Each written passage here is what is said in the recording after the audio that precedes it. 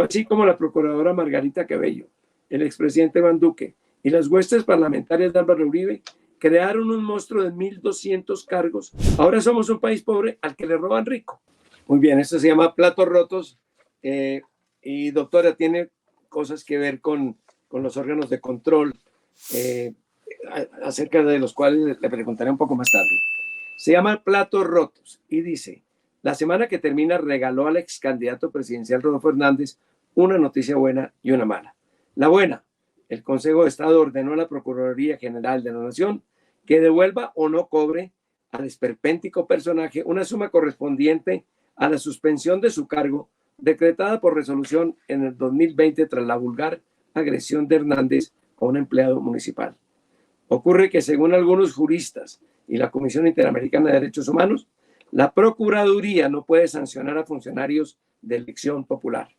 La noticia mala: que un juez de Bucaramanga consideró delictiva y corrupta otra actuación suya cuando era alcalde de la ciudad en el 2016. Se trata de un contrato de asesoría por 344 millones de pesos otorgado a un compinche de su hijo. La amañada operación era antesala de un proyecto de manejo de basuras que permitiría a la empresa Vitalogic ordeñar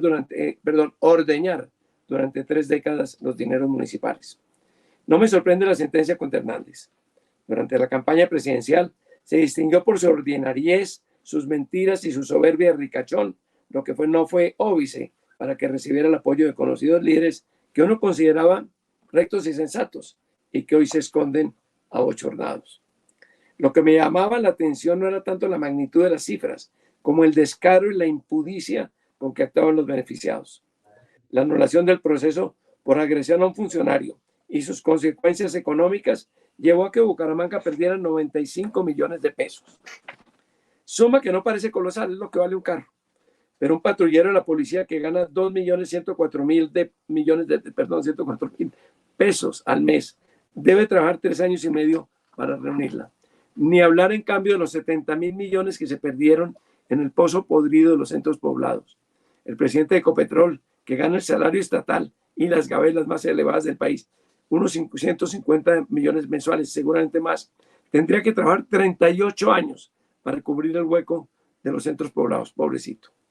Ayudado por sueldos oficiales del gerente del Fondo de Adaptación, 79 millones de pesos mensuales, el de la Agencia Nacional de Hidrocarburos, 76,5, y de cualquier magistrado de las Cortes, 62 millones, podría redimir la deuda en solo 16 años, 22 menos. Siempre tuvimos la idea de que este era un país pobre, porque entre otras razones históricas gastaba en guerras civiles lo poco que tenía. El profesor Jaime Jaramillo Uribe describió así a la Colombia de 1823, hace 100 años. No hay gran riqueza, pero tampoco pobreza extrema, hace 200 años, perdón. No hay gran riqueza, pero tampoco pobreza extrema. Durante siglo y medio siguió por los mismos cauces, pero en las últimas 5 o 6 décadas se agrandó el abismo entre una riqueza formidable y una pobreza inhumana. Ahora somos un país pobre al que le roban rico. El Estado era esquelético y menguado. Hoy firma contratos billonarios y sostiene una nómina colosal. Congresistas de más de 43 millones mensuales, alcaldes de minúsculos pueblos que perciben 15 millones, ministros de 21 millones básicos, un presidente que gana entre sueldos y gastos de representación 47 millones 825 mil pesos. El aumento de la capacidad económica del erario resulta ridículo frente a países desarrollados, pero es incomparable al lado de la tradicional escasez de nuestras arcas. Eso, y la fiebre de imitación que despiertan las grandes fortunas, no pocas de ellas producto de dineros calientes, han desatado la corrupción que corroe el país. El poder del dinero, ojalá mucho y prontico, tienta y conquista a numerosos individuos. El más reciente ejemplo es el de unos carrotanques varados en el desierto mientras la Guajira muere de sed. Su precio, según versiones diferentes, fue de 50.000 o 70.000 millones de pesos. Hasta los vigilantes se han contagiado. La Procuraduría, al ver cortada por organismos internacionales su capacidad de destituir funcionarios elegidos popularmente, inventó en Navidad del 2021 una semirrama judicial para conservar esa facultad, al menos en parte. Fue así como la procuradora Margarita Cabello, el expresidente Iván Duque y las huestes parlamentarias de Álvaro Uribe crearon un monstruo de 1.200 cargos que nos cuesta a los contribuyentes casi 12.000 millones de pesos al año. Es una afronta carísima. Procuradores delegados de 34 millones mensuales, viceprocurador de 22, profesionales de 18, jefes regionales de 13, asesores de 19. Si alguien pide explicaciones por el derroche, le mienten en público. El desarrollo del país lo exige. Es el precio de la modernidad. Hacemos todo por servir a la ciudadanía. Únicamente en secreto confesarán la verdad. Me nombraron para que aprovechara. Está muy caro el precio del voto. Solo los pendejos dejan pasar la oportunidad de enriquecerse. El esquema corrupto agudiza las tensiones sociales. Piensen que el salario mínimo es de 1.300.000 pesos y que un soldado gana 650.000 mensuales y entenderán cómo el Estado, lejos de combatirla, multiplica la vergonzosa diferencia de ingresos en la sociedad colombiana. No es difícil adivinar quién rompe los platos y aún más fácil es saber quién los paga. Yo, tú, vos, él, nosotros, ellos. Una segunda nota que se llama Vientos de Guerra y dice: me preocupó ver al expresidente Francisco Santos en plan de lanzar ataques dignos de Trump contra los, palabras de él, sinvergüenzas de la ONU y la Comisión Interamericana de Derechos Humanos y proclamar consignas violentas. Cito entre comillas lo siguiente: Petro moviliza a sus sicarios para que intimiden a la Corte. Nos va a tocar organizarnos. Aquí va a haber una guerra civil. A los ciudadanos, no a la policía, nos tocará parar la primera línea. Vendrá el uso de la justicia para intimidar a la oposición. Debo reconocer que este loquito simpático, mi antiguo compañero de trabajo en el tiempo y de fervor santafereño en el estadio, es ahora un Fachito Santos. Y si insiste en su irresponsable discurso que invita a desatar una guerra entre ciudadanos, podría volverse un loco peligroso. Y una esquina final: proponer una constituyente para remediar problemas de desentendimiento político es como matar cucarachas a cañonazos. Negocie, dialogue, parlamente, presidente Petro. Esa es mi columna y prendo de ahí mismo la pregunta que tengo para la doctora.